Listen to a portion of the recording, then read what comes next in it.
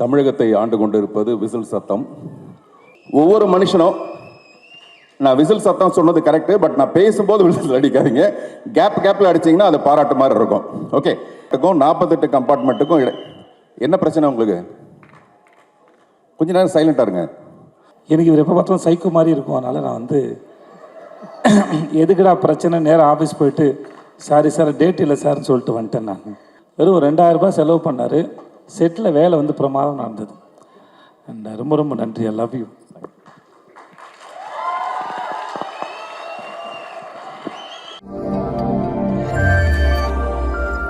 அது okay baby, நான் நல்லா இருக்கேன் பேபி. முதல்ல தேங்க்யூ ஸோ மச். இவ்வளோ நேரம் ஆனாலும் பொறுமையாக இருந்தவங்க எல்லாருக்கும் ரொம்ப நன்றி. ரொம்ப தூரத்து வந்திருக்கவங்க எல்லாருக்கும் ரொம்ப ரொம்ப நன்றி. ஐ லவ் யூப்பா. தேங்க்ஸ்ப்பா. இன்றைக்கி இந்த எங்களை வாழ்த்து வந்த உங்கள் அத்தனை பேருக்கும் ரொம்ப நன்றி. எல்லோரும் அவ்வளோ அன்பாகவும் அவ்வளோ அழகாகவும் பேசுனீங்க. பேச நிறையா வார்த்தை இல்லை, நான் ரொம்ப சந்தோஷமாக கவனிச்சுட்டு இருந்தேன். இதெல்லாம் நான் சம்பாரிச்சேன்னு சொல்கிறத விட அந்த ஆள் சம்பாரிச்சுன்னு நினைக்கிறேன். அவர் உங்கள் எல்லோரும் கண்டிப்பாக வர வச்சுருக்காரு. நீங்கள் எல்லோரும் அவர் மேலே வச்சுருந்த மரியாதையும் அன்பும் தெரிஞ்சது. இவ்வளோ நேரம் பொறுமையாக இருந்து எங்களையும் இந்த படத்தையும் வாழ்த்துக்கு ரொம்ப ரொம்ப நன்றி. ஒருத்தரும் தனித்தனியாக சொல்ல முடியாது, அதனால் எல்லாருக்கும் ரொம்ப நன்றி. அப்புறம் இந்த படத்தில் நடித்த அவ்வளோ பெரிய நடிகர் பட்டாளம் இருக்குது. இந்த படம் எப்போ வரும் நாங்களும் காத்துக்கிட்டே இருந்தோம். தானு சார் இதை ஆகஸ்ட்டில் கொண்டு வரேன்னு சொன்னது ரொம்ப தேங்க்யூ சார். இந்த மனுஷனை பற்றி நான் என்ன சொல்கிறதுன்னு தெரியல. நான் ஆடிஷன்ஸ் ஜூனியர் ஆர்டிஸ்ட் ஆகும்போது போயிருக்கேன். அப்புறம் நான் ஹீரோ ஆனதுக்கு ஒரு கூப்பிட்டாரு. எனக்கு இவர் எப்போ பார்த்தாலும் சைக்கோ மாதிரி இருக்கும். அதனால் நான் வந்து எதுக்குடா பிரச்சனை, நேரம் ஆஃபீஸ் போயிட்டு சாரி சார் டேட் இல்லை சார்னு சொல்லிட்டு வந்துட்டேன். நான் அதுக்கப்புறம் சைக்கோ படம் பார்த்ததுக்கப்புறம் எனக்கு ரொம்ப பிடிச்சி போச்சு. எனக்கு அந்த படம் பார்த்ததுக்கப்புறம் தான் நான் ஃபோன் பண்ணேன். சார் நான் விஜய் சேது பேசுகிறேன் சார், உங்கள் படம் பார்த்தேன், எனக்கு ரொம்ப பிடிச்சிருந்துன்னு சொல்லிட்டு. எனக்கு நல்ல படம் ஏதாவது பார்த்துட்டேன்னா அந்த டைரக்டரோட பேசி நான் அந்த படத்தை புரிஞ்சுக்கிட்டது சரியா, என்னால் எவ்வளோ தூரம் அதை புரிஞ்சிக்க முடிஞ்சதுன்னு எனக்கு டிஸ்கஸ் பண்ணுறது ரொம்ப பிடிக்கும். அதனால் நான் வந்து போய் பார்த்து ஒரு 8 மணி நேரம் கிட்டே பேசியிருப்பேன் நினைக்கிறேன். பேசி பார்ட்டிலாம் பண்ணி அப்படியே வாங்கி ஒரு வாட்ச் ஒன்று பரிசு கொடுத்தாப்புல எனக்கு. ஸோ அப்படி தான் ஆரம்பித்தது. பிசாஸ் 2 நடித்தேன் ஒரு 2 நாள் போய். அப்புறம் தான் இந்த ட்ரெயின் ஆரம்பித்தது. ட்ரெயின் வந்து இந்த சேட்டு விட்டு கல்யாணம் மாதிரி கலகலகலன்னு இருக்கும். செட்டு ஃபுல்லாகவே வந்து ஏன்னா செட்டு போட்டதுனால அவ்வளோ ஆர்டிஸ்ட்டு எப்பயுமே செட்டுக்குள்ளே வந்து ஒரு எனர்ஜி இருந்துகிட்டே இருக்கும். இவர் ஒரு அற்புதமான விஷயம் ஒன்று பண்ணார். வெறும் 2000 ரூபாய் செலவு பண்ணார். செட்டில் வேலை வந்து பிரமாதம் நடந்தது. நல்லா நடிக்கிறவங்களுக்கு ஒரு 1000 ரூபாய் அன்றைக்கி பரிசு ஜூனியர் ஆர்டிஸ்ட்டில். நல்லா வேலை செய்கிற டெக்னீஷியனுக்கு ஒரு 1000 ரூபாய் பரிசு. இதுக்காகவே எல்லோரும் நல்லா வேலை பார்த்தாங்க சார். அது நம்ம வந்து அது காசு இல்லை, அது செகண்டரி அது. ஆனால் அது எல்லோரும் முன்னாடியும் ஒரு முறை நான் கொடுப்பேன், இல்லை ஹீரோயின் கொடுப்பாங்க, இல்லை வேறு யாராக கொடுப்பாங்க. அது தேர்ந்தெடுத்து அது ஒரு விழா மேடையை போல் அவங்கள அப்ரிஷியேட் பண்ணி, அவங்க ஒர்க்கை அப்ரிஷியேட் பண்ணி அது கொடுக்கும்போது அந்த வேலை செய்கிறவங்களுக்கு ஒரு பெரிய ஒரு சந்தோஷம் இருக்கும். ஒவ்வொரு நாளும் இந்த செட்டு வந்து ஒரு விழா மேடை போல் தான் இருக்கும். ஒவ்வொரு சீனும் நடித்து முடிச்சதுக்கப்புறம் ரொம்ப நல்லா இருந்தால் கிளாப் பண்ணுவாங்க. சில சமயம் நமக்கு நல்லா இருக்கும் கிளாப் பண்ணுறாரா இல்லை என்ன சந்தேகம் வரும். பட் இருந்தாலும் எல்லாரையும் தன்னை சுற்றி இருக்க எல்லாரையும் கவனிக்கிறவர், அன்பாக நடத்துகிறவர், அன்பாக வச்சுக்கூட மனுஷன், தனக்கு தெரிஞ்சதை அறிவாக இருக்கட்டும் சரி அன்பாக இருக்கட்டும் சரி பகிர்ந்துக்கிற ஒரு மனுஷன். இவரோட இந்த பயணம் உங்களுக்கு பார்க்குற படம் த்ரில்லராக இருக்கலாம், ஆனால் எங்களுக்கு ரொம்ப ரொமான்டிக்காக தான் போச்சு அந்த ஷூட் வந்து. We had a very good time. And ரொம்ப ரொம்ப நன்றி. I love you.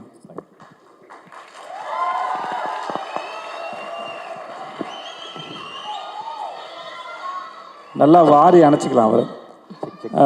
என்னோடய ஆக்டர்ஸ் எல்லோரும் தனித்தனியாக சொல்கிறதுக்கு நேரம் இல்லை.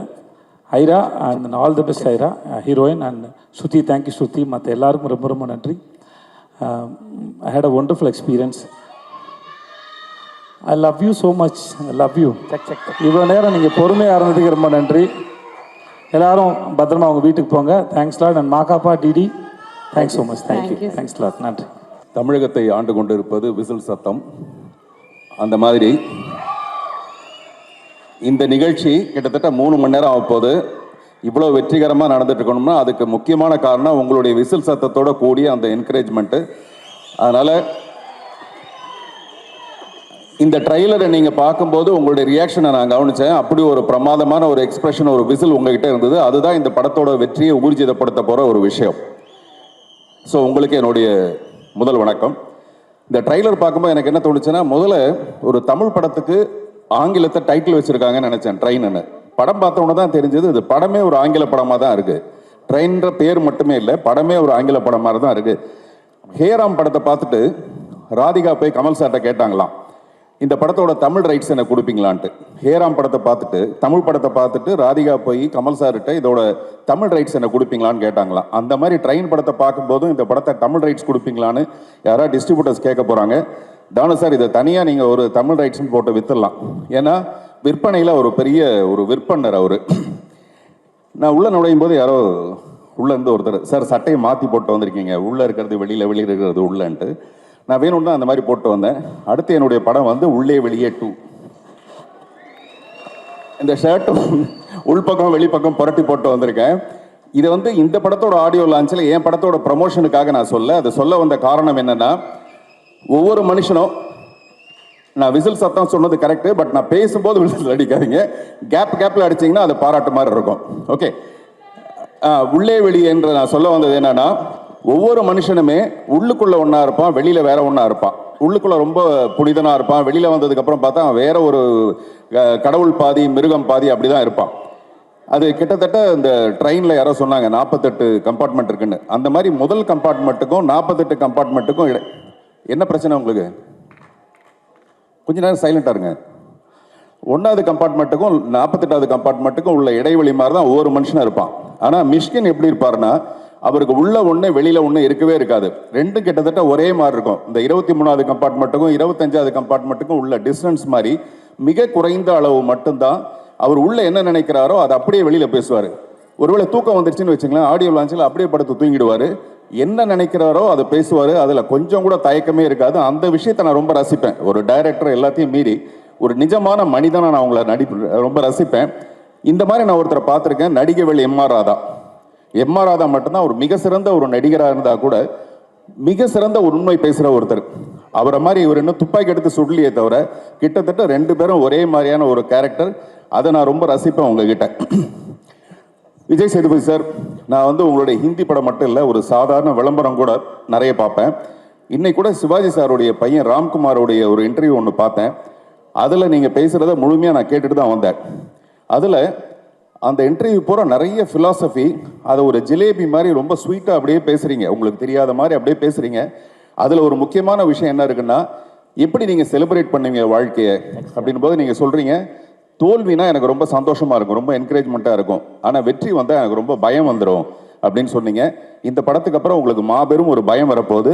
அவ்வளோ பெரிய வெற்றி அடைய போகுது இந்த படம். அப்புறம் நான் இந்த மேடைக்கு வந்ததுக்கு ரொம்ப முக்கியமான காரணம் மிஷ்கின் சாருக்கு வந்து ஒரு தேங்க்ஸ் சொல்கிறதுக்காக.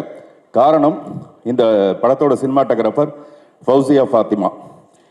இவங்க வந்து என்னுடைய இவன்ற ஒரு படத்துக்கு அவங்க தான் சினிமாட்டோகிராஃபரை ஒர்க் பண்ணாங்க. அந்த படத்தில் நான் சௌந்தர்யாவை வந்து மேக்கப் இல்லாமல் நடிக்கணும்னு கேட்டேன். அவங்க ரொம்ப தயங்கினாங்க. அப்போ நான் சொன்னேன், ஒரு 4 நாள் ஷூட் பண்ணி உங்களுக்கு போட்டு காட்டுறேன், நீங்கள் பார்த்துட்டு அதுக்கப்புறமேல மேக்கப் இல்லாமல் நடிக்கலான்னு சொன்னேன். அவங்க மேக்கப் இல்லாமல் நடிக்கிற அளவுக்கு அந்த பொண்ணை ரொம்ப அழகாக காமிச்ச ஃபௌசியா வந்து இந்த படத்துக்கு ஒர்க் பண்ணியிருக்காங்க. உங்கள் ஸ்டைல் அது எல்லாமே ரொம்ப பிரமாதமாக இருக்குது. நான் முதலே சொன்ன மாதிரி இந்த உள்ளே வெளியே 2ன்னு சொன்னேன்ல, அதுக்கும் அவங்க தான் சினிமாட்டோகிராஃபர். அதுக்கும் பாராட்டு முன்கூட்டியே நான் சொல்லணும்னு நினைக்கிறேன். அதே மாதிரி தானு சாருக்கும் எனக்கும் 1000 இருக்கும். அதில் 500 விஷயம் வந்து நல்ல விஷயமா இருக்கும், மீதி 500 ரொம்ப ரொம்ப நல்ல விஷயமா இருக்கும். இதெல்லாம் சினிமாவுக்கு வந்ததுக்கு அப்புறமேல. ஆனால் நான் சினிமாவுக்கு வரத்துக்கு முன்னாடி, புதிய பாதை வரத்துக்கு முன்னாடி முதல்ல நான் கதை சொன்ன மிக குறைந்த தயாரிப்பாளர்கள், அதாவது என் கவனம் கொடுத்து காது கொடுத்து கேட்ட தயாரிப்பாளர்கள் ரொம்ப முக்கியமானவர். அவர் வரப்போகிறவங்க கிட்டலாம் சொல்லுவார், இவர் ஒரு பெரிய டைரக்டராக வரப்போகிறாரு, பெரிய ஒரு ஆக்டராக வரப்போகிறாருன்னு. அந்த நன்றி கடனுக்காக தான் நீங்கள் அவங்க வீட்டில் இன்விடேஷனே கொடுக்கலாம் கூட அவங்க வீட்டு விசேஷத்துக்கு போவேன். இந்த படத்தோட வெற்றிக்கும் அதே மாதிரி தான் மறுபடியும் வந்து கை தட்டுவேன். அப்படி ஒரு சிறப்பான ஒரு அன்பு உங்கள் மேலே நான் வச்சுருக்கேன் சார். கடைசியாக மிஷ்கின் சாரை பற்றி சொல்லணும்னா, பிடித்தபடி வாழ்கிறது இருக்கு இல்லையா, பிடித்ததை செஞ்சுட்டு வாழ்கிறது தான் மிகப்பெரிய ஒரு கோடீஸ்வரன். தான் என்ன நினைக்கிறானோ அதை நிஜமாவே சந்தோஷமாக விரும்பி செய்கிறது தான் ஒரு மிகப்பெரிய கோடீஸ்வரன் சொல்லுவாங்க. அந்த மாதிரி நீங்கள் மிகப்பெரிய ஒரு கோடீஸ்வரன். எனக்காக ஒரு பெண் வந்து ஒரு கவிதை எழுதினாப்புல, ஒரு ரயில் பயணத்தில் சந்தித்தோம், ஒரு ரயில் பயணத்தில் சந்தித்தோம், ரயில் நின்று விட்டது, பயணம் தொடர்கிறது. ஒரு ரயில் பயணத்தில் சந்தித்தோம், ரயில் நின்று விட்டது, பயணம் தொடர்கிறது. அப்படி இந்த ரயிலோட டெஸ்டினேஷன் ஒரு ஸ்டேஷன்லேருந்து இன்னொரு ஸ்டேஷனுக்கு போகும். அப்படி ரயில் ஓடிக்கொண்டே இருக்கலாம். ஆனால் மிஷ்கினுடைய பயணம் நீண்டது, மிக மிக பெரிய ஒரு பயணம். அந்த பயணம் வெற்றிகரமாகவே இருக்க என்னுடைய மனப்பூர்வமான வாழ்த்துக்கள். Thank you. Thank you, sir. Thank you so much.